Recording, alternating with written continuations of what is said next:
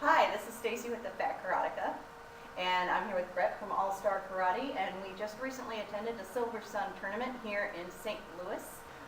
We normally either go to Ishinru only tournaments or open tournaments where everybody's going Ishinru. So this is a different creature. Can you help us try and explain to people how this tournament is different?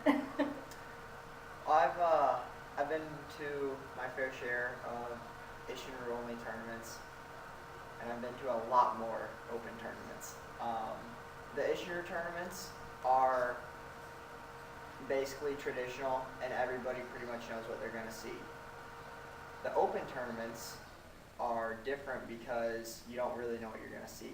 You go there and you have people from all different styles, from Okinawan and Japanese styles to Korean styles to Chinese soft styles to everything.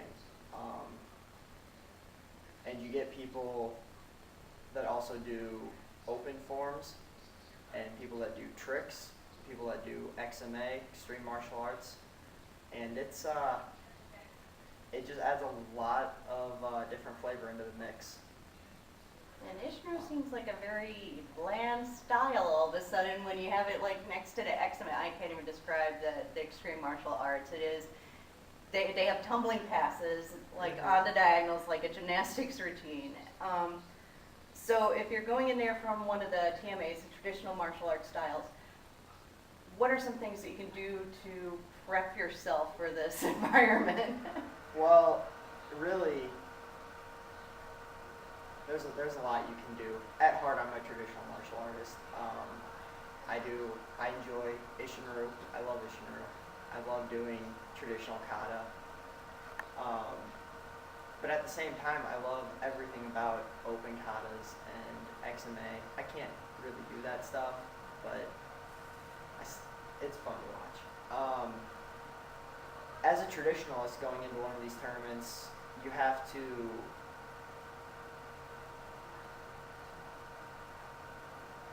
really take into account what the judges want to see while still staying true to your traditional roots. If you don't feel comfortable changing your kata, then don't change your kata. Timing is a big important factor that you can change within a kata without actually changing the kata. Most tournament katas are all about timing. You have to be very precise with your movements, with whatever moves you're going to do. And you basically just have to do everything that you would normally do at a traditional tournament, but be able to compete against open competitors as well. Is it possible to give us an example of how to change up timing, or is this like too off Yeah. the wall for you? Okay. That's fine. We can do that. Let's go with the Ishinru kata, Seisan. In class, you would normally go, let's take the block, punch, punch, kick, punch. You just go block, punch, punch, kick, punch. In a tournament, you can change the timing up on that and make it look like you're really fighting a little bit more.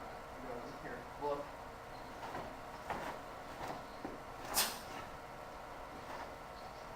You can do that.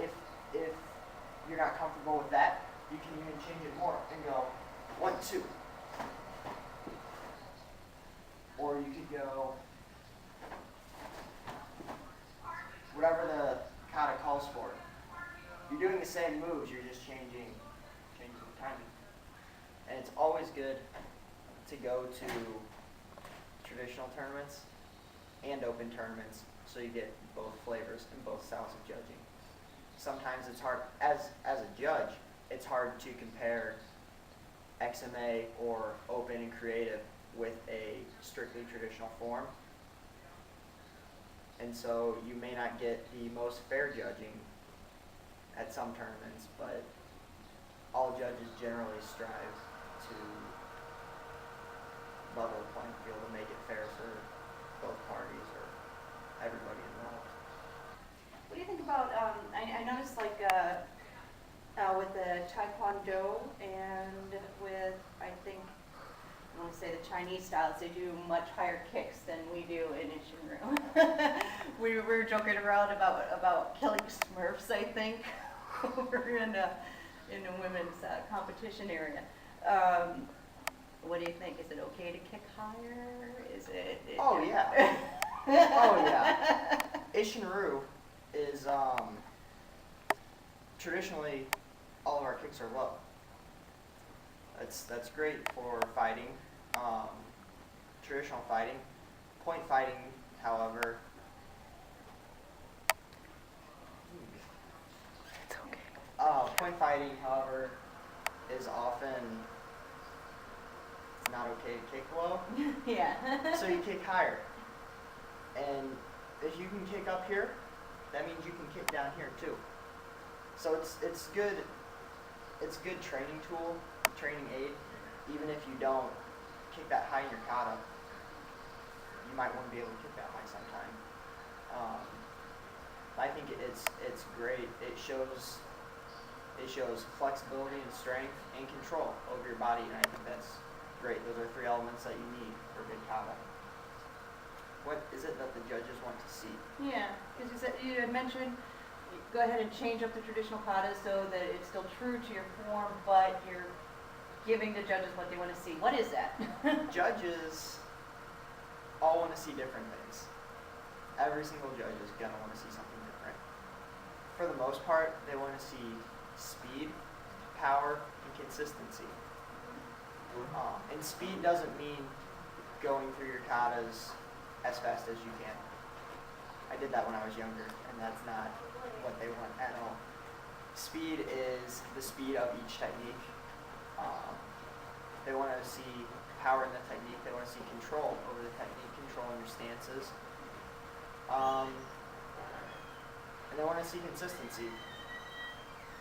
Good judges know that everybody doesn't do everything exactly the same, especially with an open tournament where you have all different styles. So some people may chamber up here and punch like this, while others may be more this way, while some will do everything with open hands. Some people turn their back foot out, some people leave their back foot straight. But if you do the same thing throughout your kata, that's consistency. Then the judge must think, oh, that's how they were taught. All right, people there were talking about some sort of national open circuit type thing. I have no idea what they're talking about. NASCA. That is the circuit. It's the North American Sport Karate Association, and that is the national circuit. When you hear people talk about the national circuit, usually they mean NASCA. There's tournaments all over the country, all over the United States and in Canada, and basically it's the best of the best. If you can compete on NASCA and win, you're good. You're really good. There's tournaments. There's about 1.5 tournaments a month. They're every couple of weeks, and they are set all over the country. And there's like some sort of point system, or There's a point system. Throughout the year, if you win first place, if you sign up for NASCA, they keep track of your points. And if you win first place, you get so many points. Second place, you get so many points. Third place, I think it goes all the way down to 8th place. And throughout the year, they keep track of your points. And at the end of the year, they have a banquet and decide who is the national champion. oh, and the national champions based more on the points rather than going to this Yep. Then other one tournament. Yeah. Oh, okay. Yes. It's your points throughout the whole year, calculated up. So this is something, say, I don't know, an overweight middle-aged housewife could aspire to, Yes. realistically? Yes. It is hard to do the whole NASCA circuit on your own. If you have a team or a sponsor or a blog that people will Give money give to? money to, it's a lot easier.